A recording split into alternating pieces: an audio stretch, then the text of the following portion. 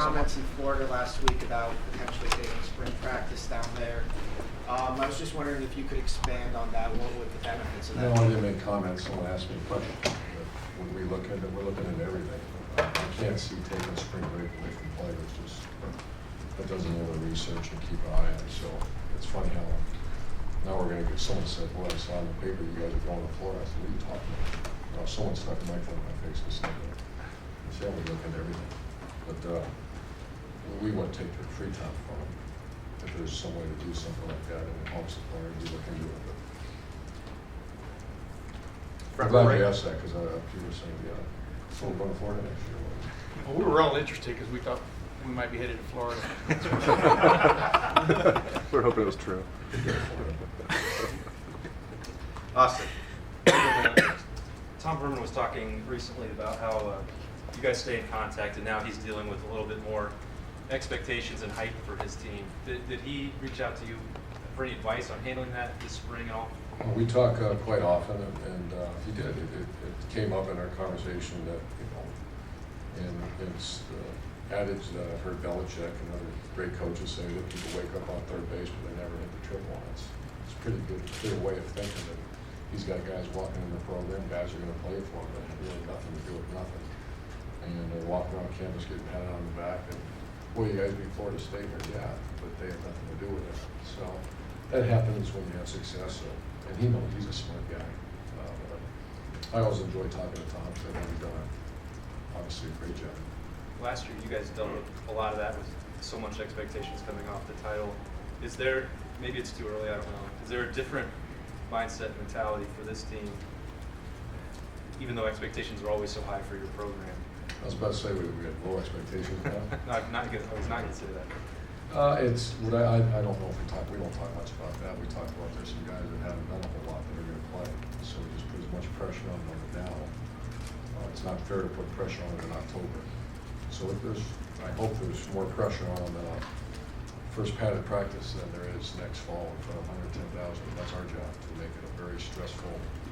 Find out who can, because there's a lot of great athletes who don't respond to stress very well, don't respond to difficult situations.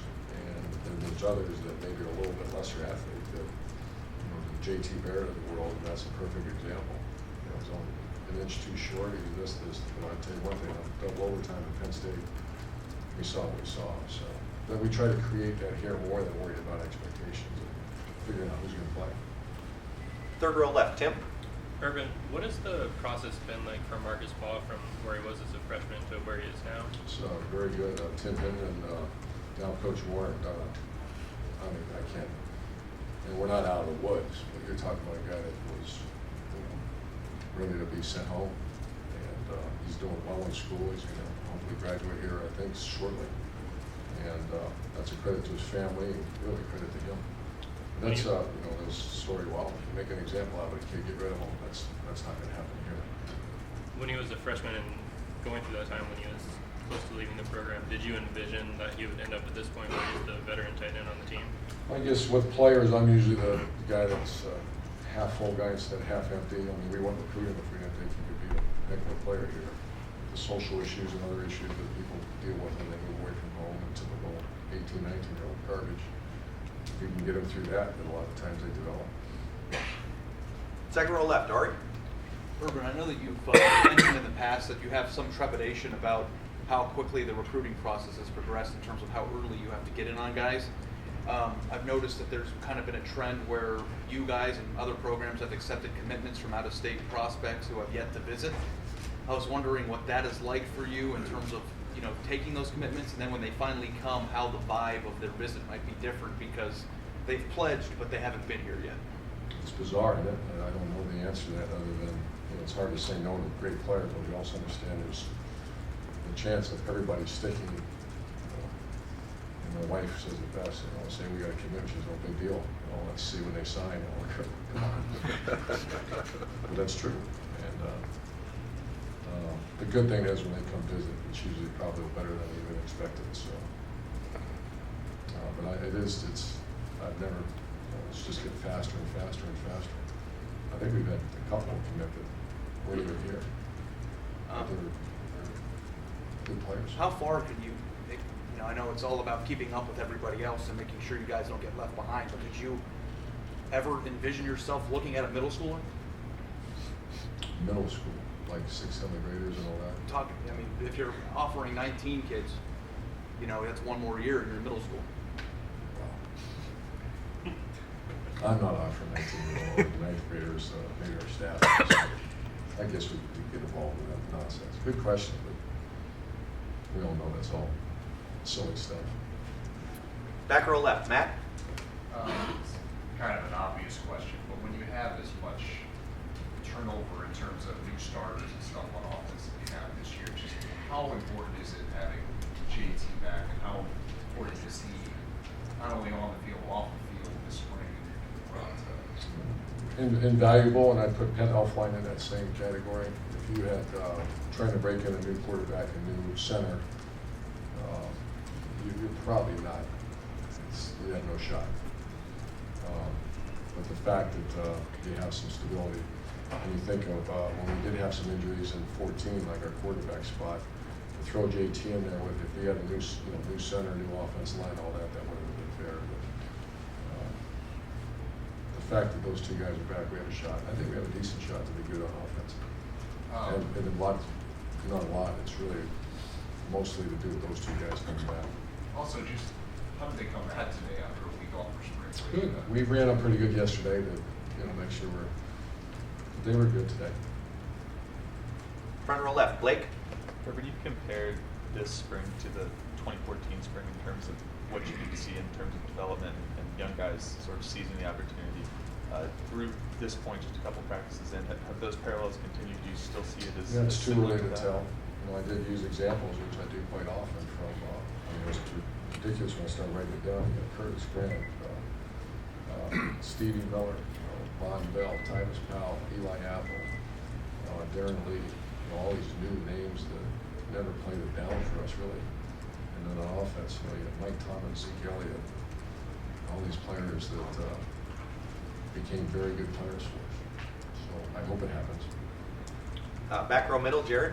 Urban, we talked to you briefly after Pro Day, but in the weeks since Pro Day and the time since then, is there a player or two in that group that went to Pro Day who you've been asked about maybe the most from scouts? Just curiosity, things they want your insight on, a guy that they particularly liked from that. Yeah, I think the two wild cards are Cardell and Braxton. They're the ones that don't have enough tape.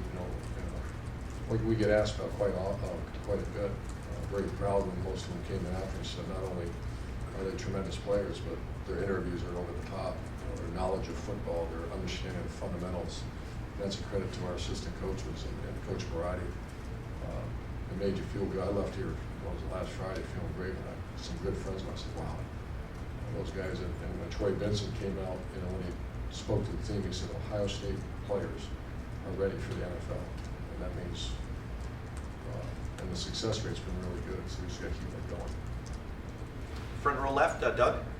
Urban, obviously with Zeke the last couple of years, you guys had a great tailback to hand the ball to.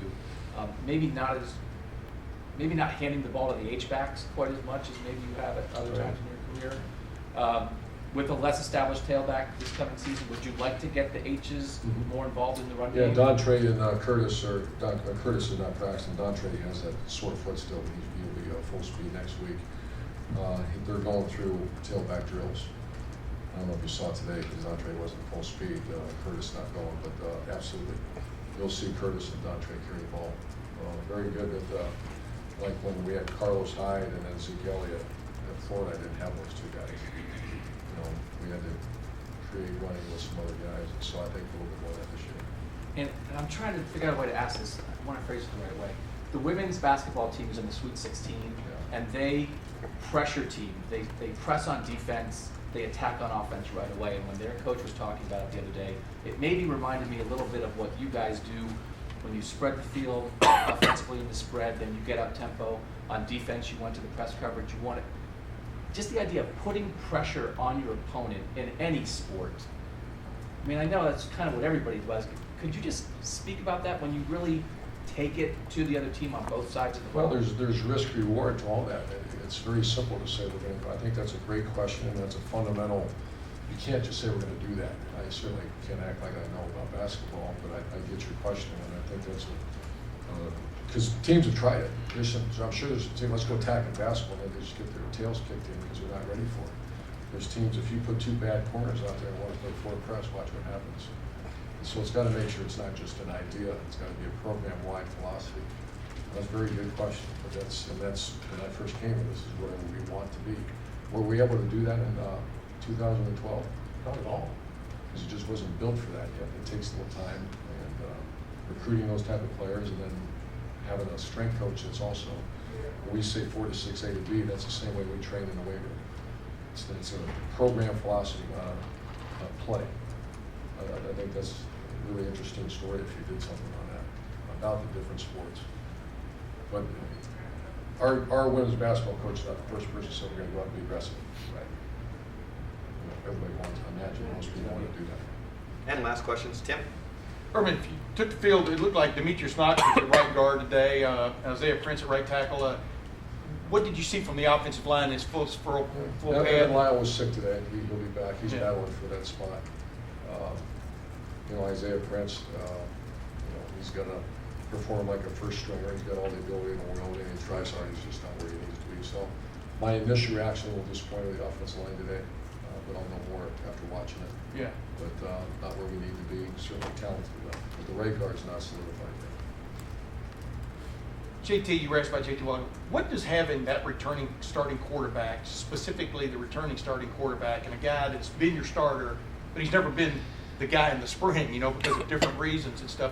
What is the benefit of having that fellow be the leader out there in the spring? Well, also a leader in the weight room in the offseason. That's why you named him captain immediately after the season, because his value is so much more than running and throwing. His value is he's one of the best leaders we've ever had. So once again, to double up on his question earlier, is that it's probably unfair to say we have no shot, but you're replacing that position and center. It's fair to say no shot, at least the first 4 or 5 games. Are you liking what you're seeing from Joe Burrow? And what does that mean when you say that? What do you mean? I mean, We what's he doing? scrimmage on Saturday, and I'm anxious to see it perform. Yeah. His release is much better than it was. His arm strength's still not up to par, but he's, as you would expect, a kid like that who really cares and really tries, and you noticeable improvement. And you came up last night. You came up to us the other day at the pro day, and you named a couple of guys: Austin Mack, Briante Dunn, Jamarco Jones. Was there somebody out there today that just caught your eye? I mean, it's your Malik Hooker, I thought was really good today. Denzel Ward, I feel good about. We have 3 corners that our coaches feel very good about. That's Marshawn Lattimore, Denzel Ward, and obviously Gary. So Marshawn's got to stay healthy because he is so talented. Coach, thank you very much. Thanks, Rick. Thanks, man.